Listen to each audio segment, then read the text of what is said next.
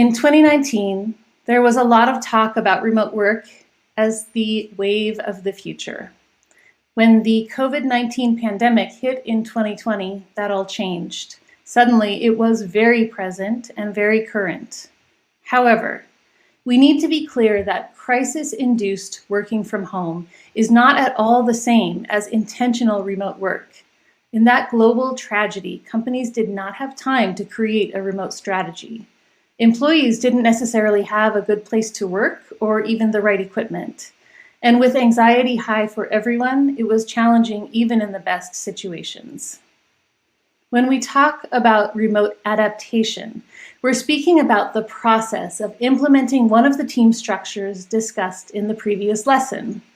You could be founding a remote-first startup, or transitioning an enterprise organization to all remote, or any number of other possibilities.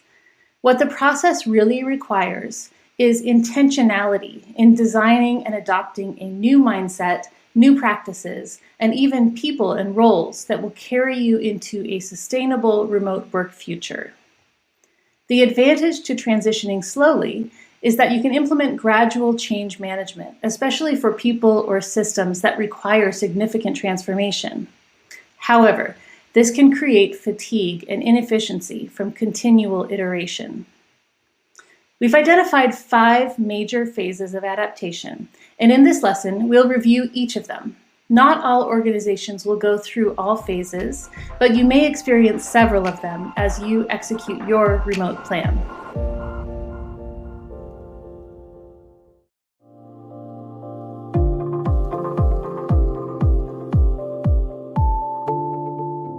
Now let's look in detail at each of the phases of remote adaptation. As we do, think about what your remote transition might look like. Again, it's common to go through more than one of these phases, though you might not go through all of them. For more information, please help yourself to the linked resources. Skeuomorph is a term that roughly means imitating the features of something else. In this phase, organizations may be operating remotely, but they are imitating many or most of the characteristics of in-office work. The best example we have of this is the sudden shift to remote work that many organizations experienced during the global shutdowns of the coronavirus pandemic in 2020. Companies did not have time or resources to develop remote strategies. Their immediate goal was to continue operating as well as possible, just remotely. In this phase, most people will try to recreate common scenarios as carbon copies, just in a different environment. So, a typical hallway conversation will become a one-on-one direct message, or a pre-planned meeting at the office will be replaced by a video call with the same participants and pre-existing meeting hygiene. There's also a high amount of employee monitoring, since managers tend to be concerned that they're not able to check what team members are doing during their remote work hours. Because this transition often happens in response to a major change or upheaval, team members may not have the equipment and the tools they need to perform their job as well as they did in the office space. The challenges of this way of working should be easy to understand. Remote work and in-office work aren't the same, and they can't be done the same way. Teams in this phase will quickly run into inefficient workflows, unequal access, and difficulty remaining productive, as well as high friction as expectations encounter the remote reality. Working in this way is not recommended, even temporarily. If you have recent experience with this, as many of us do, please share your story in the discussion forum. If we think about benefits of this phase of adaptation, the primary one is that it allows a team to continue operating during a crisis, and that can be very important indeed. And as we saw during the 2020 crisis, there was a secondary benefit, as more teams became comfortable with remote working and open to trying it in the future. Many organizations will skip the skeuomorph phase or move quickly out of it and into the functional phase, which is characterized by making functional changes to facilitate efficient remote work. In this phase, teams start to leverage technology such as shared documents, project management tools, even automation to make work more efficient and remote friendly. An excellent example of this can be seen in schools and universities, many of which have been steadily adopting online learning tools and systems both before and after the COVID-19 crisis. This allows teachers and students to improve their experience, facilitating better online learning.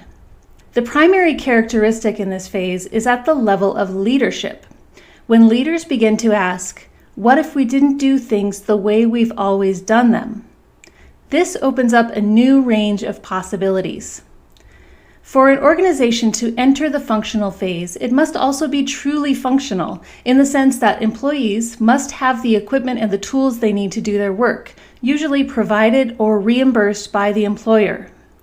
It's also typical for organizations in this phase to have an increased push toward documentation, recording meetings, taking notes, and sharing documents. Internal communication strategy will also take shape, with preferred channels of communication such as a directive to use shared Slack channels instead of email or private messages. Challenges are still quite common in the functional phase. For one thing, the new policies may be applied inconsistently, as organizations in this phase may not have fully developed guidance on best practices, or people teams may be under-supported to ensure compliance.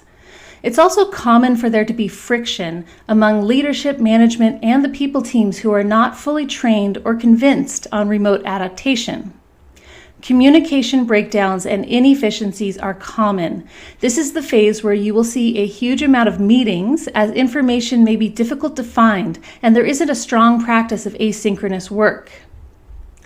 Nonetheless, employee satisfaction and performance will tend to rise as people start to enjoy the benefits of a flexible schedule and a lack of commute, not to mention having the essential tools for everyone to perform their job function adequately. As individual agency increases, your organization will gain momentum toward the advanced phases of remote adaptation. As you've seen, there's a lot to take into account. It can take a long time and a lot of adjustment to reach the functional remote phase. We'll pause here, and in the next video, we'll look at the next, more advanced phase of remote adaptation, asynchronous.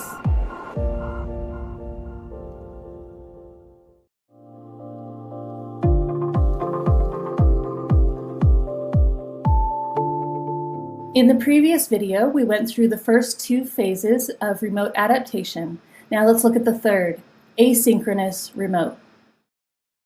An organization that has a significant amount of remote experience or a strong remote model can begin to work asynchronously. Maximally efficient remote environments do as little work as possible synchronously. Most work is done independently, and team members only come together for calls and meetings when it's truly needed, or else for informal conversations. In the asynchronous phase, an organization will start to see increased global hiring and a wider coverage of time zones and regions. Flexible schedules become the norm, as team members are no longer depending on a quick response in order to get their work done. To make all of this possible, documentation will evolve into a centralized, single source of truth system that is easily accessed and kept up to date. You'll also begin to see teams enforcing use of systems and tools that benefit everyone, so the entire organization can share information as efficiently as possible. Asynchronous work does create some growing pains. The nature of this type of work is that it's slower. Both communication and work cycles take longer, and that can create friction. It can also be challenging for team members to change their habits and expectations and to adopt new ways of working that can feel risky. As your team expands to include more cultures and backgrounds, there can also be challenges for your people team to serve everyone's needs. In this phase, you'll see your people team expand and take on a larger role. Finally, because there aren't many opportunities to connect in real time, it can be more of a challenge to create an authentic culture and to facilitate informal communication. The benefits of true asynchronous work are many. The greatest benefit is your team members' feeling of freedom. Freedom to work when and where they want, with adequate time to live their lives. This has huge benefits to employee morale. Overall, efficiency does increase when your team truly begins to work asynchronously, and hopefully your newly global team will welcome in highly talented new members with a diversity of backgrounds and experiences. An organization that is intentionally remote is exactly that, operating with the intention to facilitate remote-first operations. In this phase, every facet of the company is designed to work best remotely. Organizations in this phase will have legal entities and documentation in place to facilitate hiring in a large number of countries. All employees will be provided with the equipment, tools, workspace considerations, and other necessities at the start of their employment. Strong security practices are in place, and organization-wide, there's a streamlined implementation of a single project management system, a preferred communication tool, a single document management system, and so forth. On the cultural side, organizations in this phase will have strong value statements which are continually reinforced through communication practices, social interactions, feedback cycles, and other experiences that are carefully thought out for how they will improve team members' engagement in the company culture. Finally, at this phase of adaptation, your organization should be free from any lingering real estate assets. No office required. This is a highly advanced phase of remote adaptation, which means that in order for it to work, leadership must have complete buy-in. If that doesn't exist, or if some leaders are working toward intentionality and others have doubts, friction can result. Intentionality requires massive time and focus to ideate, create, implement, and enforce new systems. Entire teams may be devoted to operational remote strategy. During this process, it can also be common to see employee turnover as people who preferred traditional work environments seek other opportunities. And because remote work is so new, it's not likely that you'll plan for every challenge that arises. Expect the unexpected. Intentionality also comes with many benefits. First and foremost, organizations in this phase will have a high level of order and efficiency, as team members and management are well equipped and informed with support to do their jobs. Employee satisfaction in this phase is extremely high. We've commonly observed organizations in this phase reporting 90% satisfaction or above. Employees have the benefits of flexibility as well as support and job security. Operating costs in this phase remain relatively low without the cost of real estate and with well-developed global hiring practices. And as an organization with high satisfaction and great global hiring, your recruiting and retention will also rise. Intentionality is the key to scale in remote work. Once you have achieved this phase, you will be prepared for high growth and longevity. There's one more phase of remote adaptation beyond intentionality, and that's remote maturity. In the next session, we will discuss maturity, and you'll begin to assess your organization's current state and to develop your transition plan. First, please explore the linked resources for more detail on each of these stages.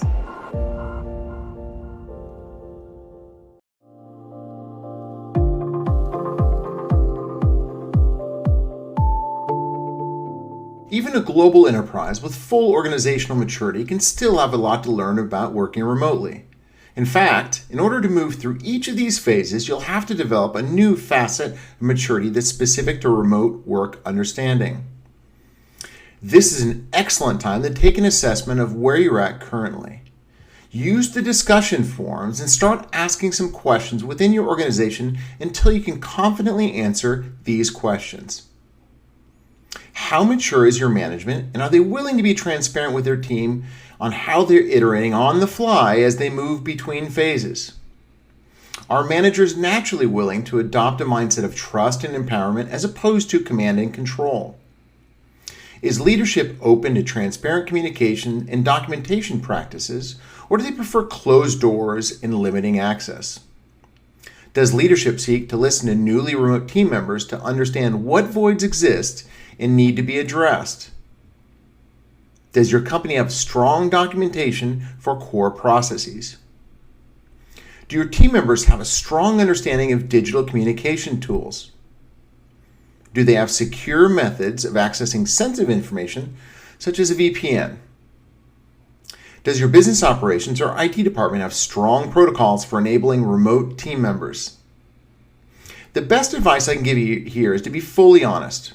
Have a low level of shame and try to answer these questions fully. You don't want to move too quickly and find yourself in a vulnerable spot. Depending on how you answer these questions, you may choose to start in an earlier phase or to move more gradually through phases than you originally had planned. It's good to move slowly. Don't jump beyond your organization's comfort zone.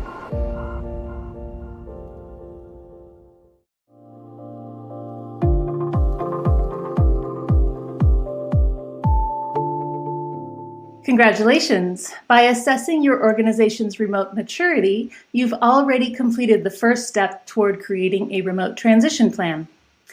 As you've recently seen, going remote is a multi-step process with many elements to take into consideration. The goal of this course is to prepare you for that process. From this point forward in the course, you'll be working toward a final goal of creating a transition plan outline, which you'll be able to use in a real-life situation. Step 1 was assessing your organization's maturity level, and now let's look at the following transition steps that should be included in your plan. For an organization to effectively go remote, adoption needs to begin at the top. Leadership needs to understand and agree with reasons for remote adaptation and to sign off on the transition plan. During this process, it's possible that leadership will lean toward a hybrid remote solution. As we've covered in this course, hybrid remote models can be much more difficult to execute and maintain. Steer away from that outcome if you can, and instead advise executives on the various types of remote teams and how to move through them toward a remote first or all remote model. Leadership should be clear on what practices and processes will change and how. It may be helpful to hire a remote transition consultant or a head of remote to advise and guide this process. Once leadership is in agreement, waste no time. Have the executive team begin working remotely. This sends the clearest signal that the transition is underway and has executive sponsorship. Begin building your remote infrastructure immediately, as it can take some time to transition everyone to a streamlined system of tools, practices, and services. As we've mentioned before, a good way to begin this process is to ask yourself what would happen if every team member chose to work from home tomorrow. Where would communication break down? What types of access to information would people need? What would be the security risks? Would everyone on the team be equally well equipped to do their job? Consider the tools you're already using that you can continue to use as a fully remote team, and then assess new tools that will empower you to operate remotely. For inspiration, see the linked resources for information on GitLab's tool stack. Using this course as a guide, start making decisions about processes and best practices to carry you through your remote transition. Your remote infrastructure should also include plans for how you'll address some of the challenges of remote work. Plan for how you'll create opportunities for people to connect in person on a regular basis, such as company retreats or team gatherings. Understand how you will support your team members in professional development by subsidizing education and skill building at conferences, by taking courses, through formal mentoring, and so on. Then, develop a structure for informal communications with guidance for casual coffee chats, social calls, networking opportunities, chat channels, and so forth. You can even begin implementing these tactics right away to lay the groundwork for relationships that will continue to grow in a remote environment. Documenting your culture means developing a robust handbook and a plan to maintain it. Your handbook will contain all the best practices and processes you created in the previous step, as well as codes of conduct, company values, and other cultural information. This is a major process, and it's key to rolling out a successful transition. Give this step the time it requires, which can be several weeks or even months. Include a plan for how you'll reinforce the handbook as a single source of truth. That said, There are some things that can't fit into a handbook. Consider whether you'll need, for example, a secure system for allowing individuals to access information according to their access level. Your creative teams may need specific tools for documenting and collaborating on work in progress. And if you have a large library of digital assets, you may need a strong cloud-based asset management system. Calendaring and scheduling may also need to be reconsidered for remote teams. This step is when the remote transition really begins to pick up speed, because step 5 is when you'll start actively empowering team members to work remotely. Start that process by building enthusiasm and reassuring your team. There may be resistance to a remote transition for many reasons. Clear and proactive internal communication is essential to combating fear of the unknown and creating excitement about the increased autonomy. We recommend hosting Q&A sessions to better understand your team members' concerns and perspectives. At the same time, prepare team members with the knowledge and support they'll need in their remote roles.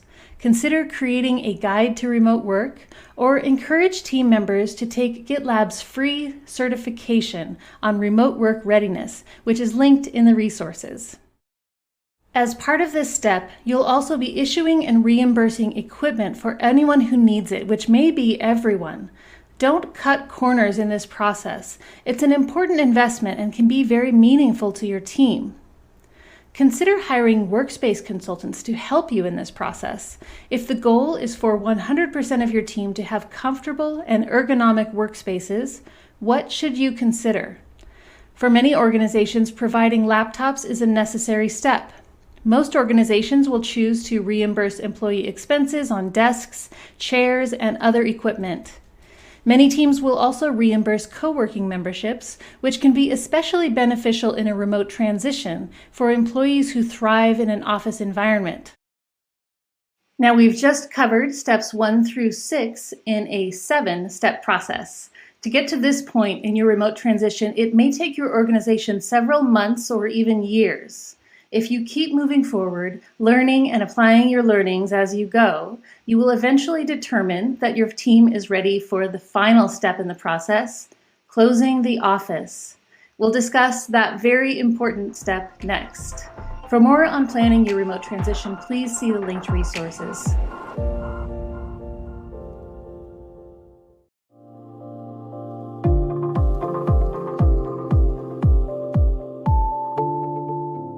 Imagine your office closing its doors forever. Can you envision that future? It's a symbolic moment for organizations that have historically been tied to a physical location. And for most teams, it represents the end of a long transitional period and the beginning of a new work reality. There are 2 main approaches to this. On one hand, you could close the office early during the remote transition instead of at the end. This indicates to your team that you're serious and ambitious about a remote transition. If you do this, make sure your team is adequately prepared with the necessities so that they can do their work, which might include replacing some office space with a co-working space or another temporary solution. Alternatively, you could start encouraging remote work during the transition, so by the time you shut your office doors, it was already effectively empty. If you do this, make sure you use active reinforcement so you don't have stragglers or uneven adoption of remote practices. Use the office closing as a team building experience. You might bring the team together for a ceremony or celebration, either remotely or at the office building. Or maybe offer everyone a bonus for a successful transition paid for with the savings on your overhead. However you decide to do it, once your office is closed, it's closed for good. Divest from your real estate holdings entirely. Don't leave yourself a safety net because you won't need it.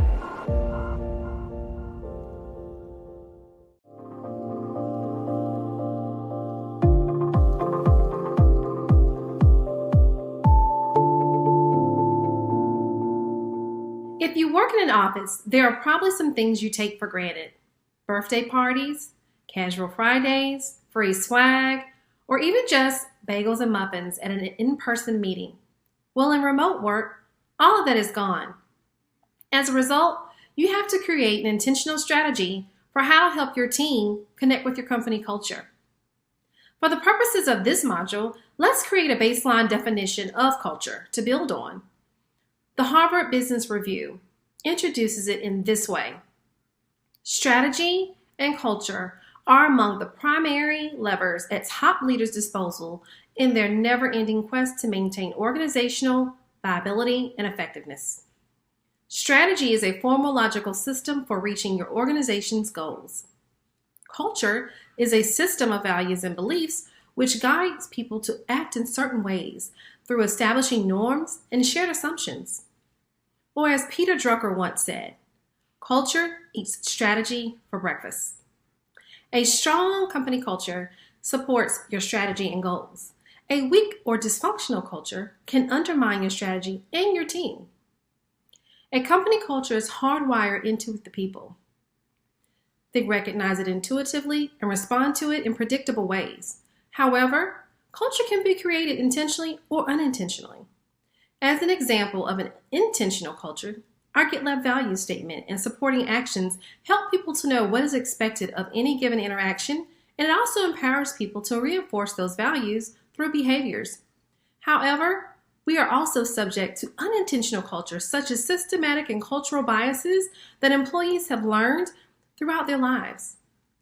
This culture is echoed in their behaviors at work, resulting in challenges, creating a diverse workforce.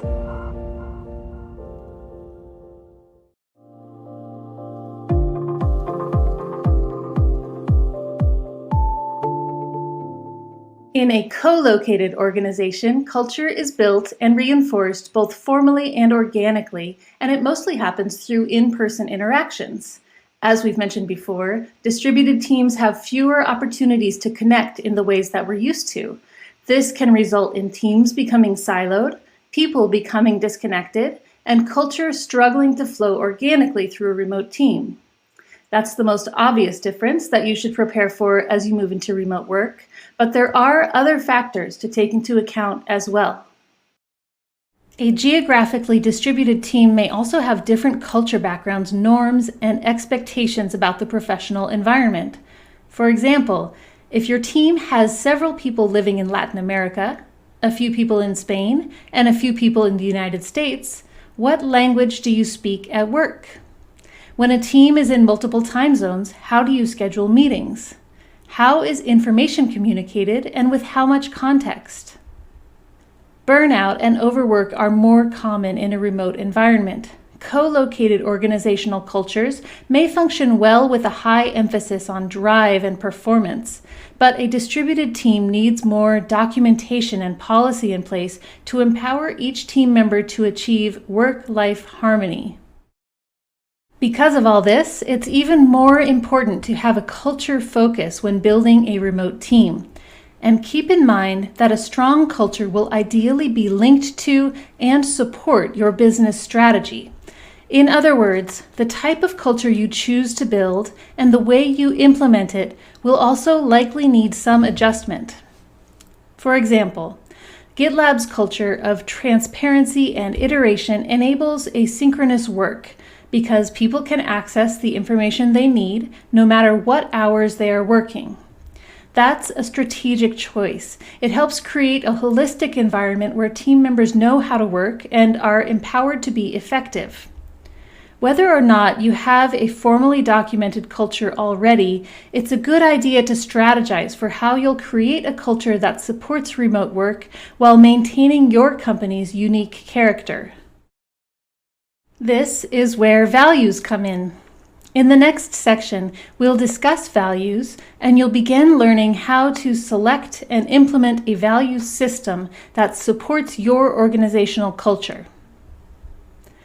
In Basecamp's handbook, which we've linked in the resources, it's written that there's as much to unlearn as there is to learn when it comes to living out values in a remote role. It requires company-wide trust that team members have permission to drop prior organizational baggage and truly operate differently, which may feel like a trap for those who have been exposed to traditional bureaucratic norms.